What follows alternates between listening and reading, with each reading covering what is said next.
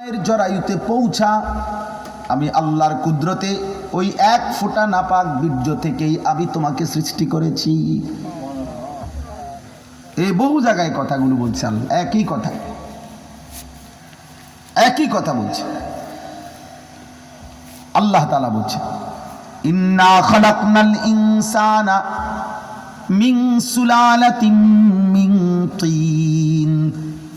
আল্লাহ বলে শুকনো ঠনঠনে, কোনো কাদা নাই, পানি নাই, একদম শুকনো মাটি থেকে আমি আল্লাহ তোমাকে মানুষকে সৃষ্টি করেছি।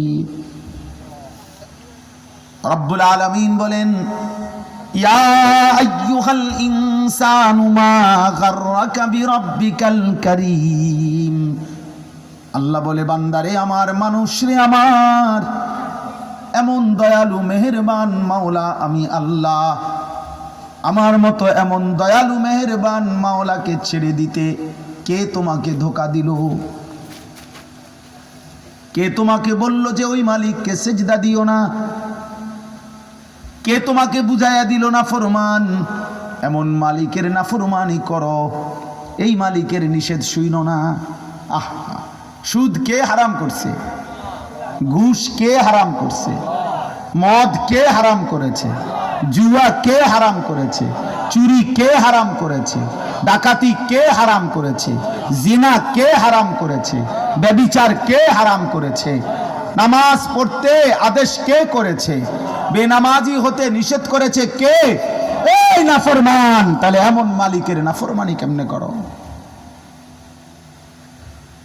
365 দিনে খোদার এক বছরে কোনোদিনও ফজরের নামাজ পড়লা না, মুসলমানের বাচ্চা এত বড় জানোয়ার হয়? হ্যাঁ,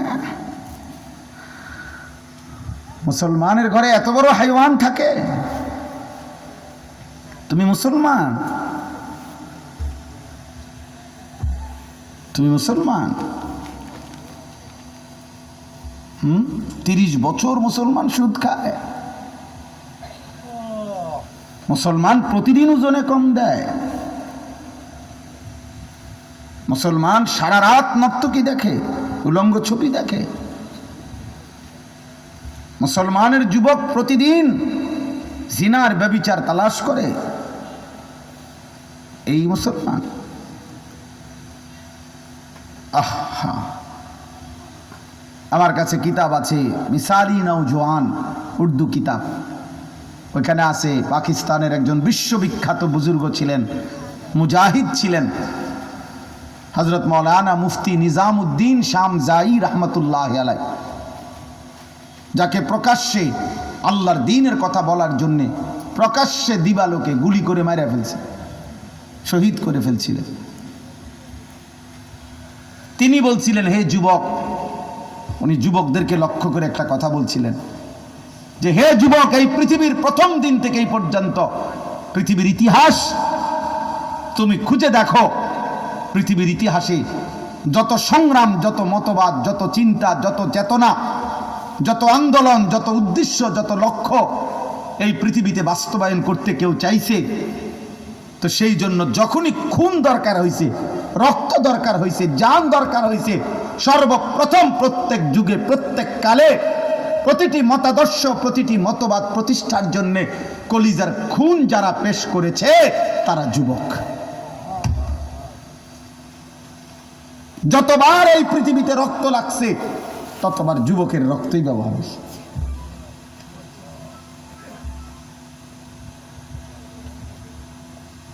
নওজোয়ানের রক্তই খুনই ব্যবহার।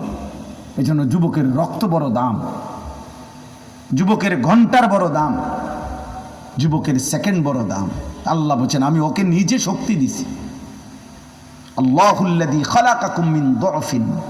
আল্লাহ বলেন, আমি তোমাকে প্রথম সৃষ্টি করেছি দুর্বল শিশু। সুম্মা জাআলা মিন বাদি দুআফিন কুওয়া। সেই দুর্বল শরীরে আমি আল্লাহই দিয়েছি শক্তি, যৌবন। সুম্মা জাআলা মিন বাদি কুওয়াতিন দুআফান ওয়া শাইবা। আবার সেই শক্তি সামর্থ্যবান শরীরে আমি আল্লাহ আবার দিয়েছি দুর্বলতা এবং বৃদ্ধ। এই জন্য নওজোয়ান কথা তো ছিল তোমরা ইসলামের জন্য লড়বা, কথা তো ছিল তোমরা আল্লাহর দ্বীনের জন্য কথা বলবা। আহা, এমন সুন্দর জীবন। তোমরা শত শত যুবক একেবারে ঠান্ডা মাথায় পরিকল্পিতভাবে বুঝে শুনে এমন সুন্দর রাত, হায়াত, দিন, ঘন্টা, নারী দেখতে দেখতে, ছবি দেখতে দেখতে, মোবাইল দেখতে দেখতে, অশ্লীল উলঙ্গ দৃশ্য দেখতে দেখতে, অনাদরে অবহেলায় এমন সুন্দর ঘন্টা, মিনিট, সেকেন্ড শেষ করে দিচ্ছ। আহা, ঠিক হলো না এটা। এই পৃথিবী গড়বে কে তাইলে? ইসলামের জন্য কিছু করবে কে তাইলে?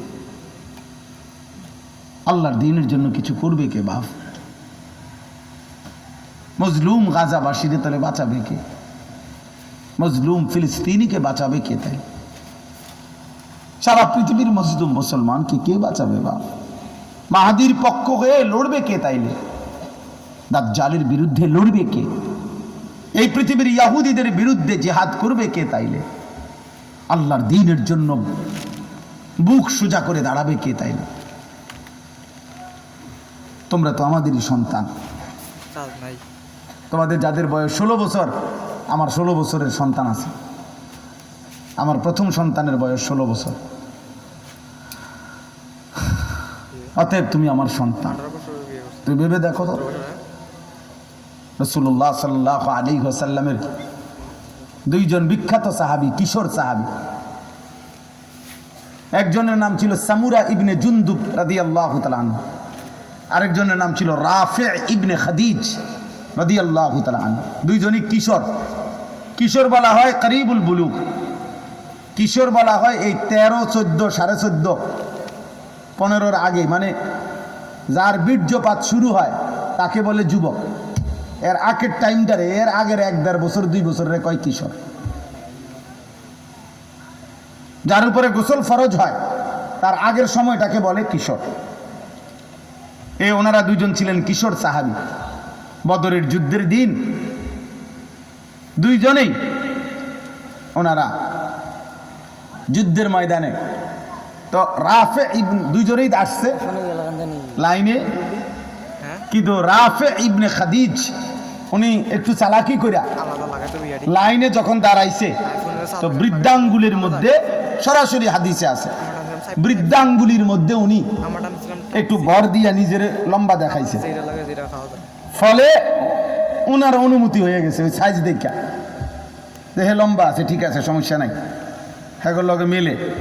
কিন্তু এই সামুরা ইবনে জুনদুব উনি আর এটা তো বোঝে নাই, উনি এমনি স্বাভাবিক দাঁড়ায় আসছিল।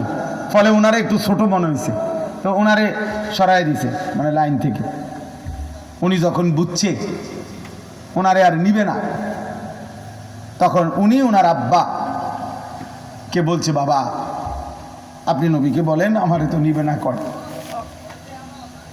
অথচ জানেন আব্বা, ওরে যে নিছে রাফি ইবনে খাদিজকে, ও আমার লগে কুস্তিতে পারবে না। কুস্তি লাগলে আমি ওরে হারাই নিতে পারো। আপনি কোন নবীর? আমার শক্তি বেশি, আমি সাইজে ছোট। আল্লাহ নবী সাল্লাল্লাহু আলাইহি সাল্লাম শুনে অবাক হয়ে গেছে, বলছে আচ্ছা তো লাগো তো দেখি। তো সত্যি সত্যি সামুরা ইবনে জুনদুব রাফি ইবনে খাদিজকে কুস্তিতে হারাইয়া ফেলছে। আল্লাহ নবী সাল্লাল্লাহু আলাইহি সাল্লাম দুইজন কিশোর সাহাবীর জিহাদের আগ্রহ দেখে দুইজনকেই অনুমতি দিয়ে দিছে। দোস্ত আমার, এ তো ইতিহাস, এটা গল্প না। একটা মাহফিলের আয়োজন হয়েছে আর আমরা কিছু কথা বললাম, আর আপনারা শুধু 2-4 বার সুবহানাল্লাহ কইয়া চলে গেলেন। না রে বাপ,